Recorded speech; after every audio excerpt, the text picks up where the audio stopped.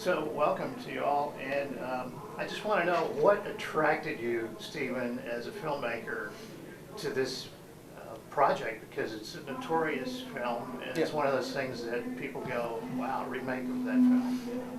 I mean, you actually answered my question. It's exactly, it's exactly why. Because I mean, when I first saw it, it took me like 2 days before my brain kind of settled back in, because it kind of stuck with you. And I mean, to me, anything that's disturbing like that, to me as a filmmaker, is attractive to sink my teeth into. And there's a lot of different elements in this film, all to me that have a very dramatic core to it, and that's very important to me, and that's really what attracted me is to, and it is one of those films, it does look dated, so it can be remade, still kept in its most pure form, but be updated visually. Now we were never trying to strip the movie down and just use the title and remake a film. So it was a combination of a lot of things, plus just from being a teenager and remember seeing the movie, when I found out that Cinetel, who I had done several other films for, had gotten the rights to it, I immediately told them, "You guys owe me, put me on that movie." How you approach the source material, are you trying to be really biblically correct on it, or are you making any great changes to it? There's a few changes, but as far as remakes go, I think everyone's going to see this and go, they really didn't change a whole lot, really. I mean, the actual revenge torture scenes on the guys, obviously the stakes are much higher. The original was really kind of a thriller. It wasn't so much a horror film, but so we definitely upped the stakes on that, and we added one new character to the film. Otherwise, everybody's exactly the same. So Sarah, you're the lucky one in the lead role here. Did anybody have to twist your arm to take this role? Because, Yeah. I mean, it was a couple days process with the initial audition and then the callback, and in that short period of time, I was completely won over by the script, and my manager usually is really, really protective of me. And so, in fact, I think he called and threatened a few people about, make sure Sarah gets taken care of this weekend. So yeah. When he sent me the audition, I go, "Did you read this? Are you sure you want me to do this?" Yeah. And he's like, "Let me read it." And then he gets back to me and goes, "Butler, this is badass." He's like, "You have to do this." I get to play a victim, and then I get to move into being the Avenger, and it's like playing two characters in one movie, which is like a dream for an actor. So, I'm happy now that I did it. Was it tough? Was it physically demanding? Oh yeah, for everybody, for sure. I mean, everybody was bruised and battered by the time we were done. Yeah. I mean, I went through time-wise, I had 2 weeks of being the victim basically. So day to day, it was more. But honestly, when I exacted my revenge on these guys, all of their discomfort was shoved into one day, just so intense, because we basically shot each of their torture scenes in a day. Even in terms of casting for the project, what were you looking for the key roles of Jennifer and her antagonist?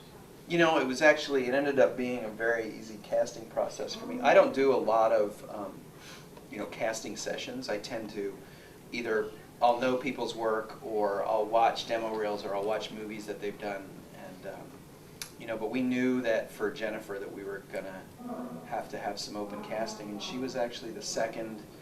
Her first taped audition that she did, they then forwarded to me on the web with 40 other people the first day, and so I watched someone before hers, and hers came up, and they do what they call a slate before. She said, "Hi, I'm Sarah Butler. I'm reading for the role of Jennifer." And I paused it and I called the producer and I said, "I've got Jennifer." Wow. And it took about. I didn't tell her that. I don't think I told her until after we were shooting, right? I think one of the funniest things that happened was when we were shooting at one of the homes, and we were kind of set back from the main road, and we had all the film equipment's out there, grip stands and light flags and whatever is sitting there, all this junk. And this woman spots it from the road, and she comes and she pulls up the road, and we're kind of looking I was like, isn't somebody gonna tell her to stop, And she gets out of her car and she starts walking up, and we're all kind of looking at her, and she shouts from a distance, she's like, "Y'all having a garage sale?" And I was like, no, sorry. And she's like, oh, okay. She like runs out. Yeah. Was that at the sheriff's house? Mhm. Was that- That's hysterical. Which of you guys plays the mentally challenged character? Okay. So what did you channel to make that work for you, and how did you approach What?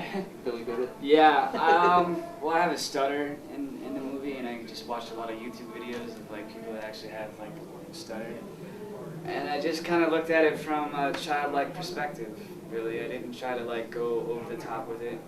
In the original, the guy's kind of animated, and I just You can say goofy. Goofy. He's goofy, and I No, I don't said even it. think he was actually mentally challenged so much. It just kind of seemed cartoony. Yeah, And, like 80s nerd to like teen comedy nerd. Yeah. It's acting like Gilligan, basically. I just brought it more subtle and more from the heart. I tried to make him the compassionate character, if you can, in that situation, but not so much. anything else you guys want to tell us about the film? Well, Why should everybody see it? what, okay, you point to me. I'm like, the pressure's on. Well, I mean, there's so many reasons. I mean, we all think that we did a great thing. Like, we're all so proud and so excited, and none of us have been able to stop talking about how it's so rare to feel this excited about a film, and we do, you know, especially with all the combined experience of all these guys sitting around me. Like, they say that this is something special, and you know, I believe them. You know, there was magic in the air making it. So you know, for those people who want to see things for like the original, we have definitely done that. You know, and people who want to see us like update it, we've done that too. We've try to bring in everything to make this film the best we could with the bones that we had. I also feel like with movies that have this much tension, for people that enjoy that type of thrill ride, it sort of has a cathartic feeling when you leave the theater, and it's like your muscles tense, and then afterwards it's like a massage, or like it's over. That was such a crazy ride, and you get to take a deep breath. And this will be definitely a White knuckle ride. a white knuckle body tensing ride throughout the future. So I've always said it that the horror fans are the most difficult to make happy out of any genre, no So matter if we what. can win them over. Right. So if you win them over, you've definitely done No something. fans 'Cause- like the horror fans. Well, they go in wanting to hate it. That's kind of the way they work, you know, as opposed to other people, you know, wait back a little bit. They go in, especially with remakes, being very protective.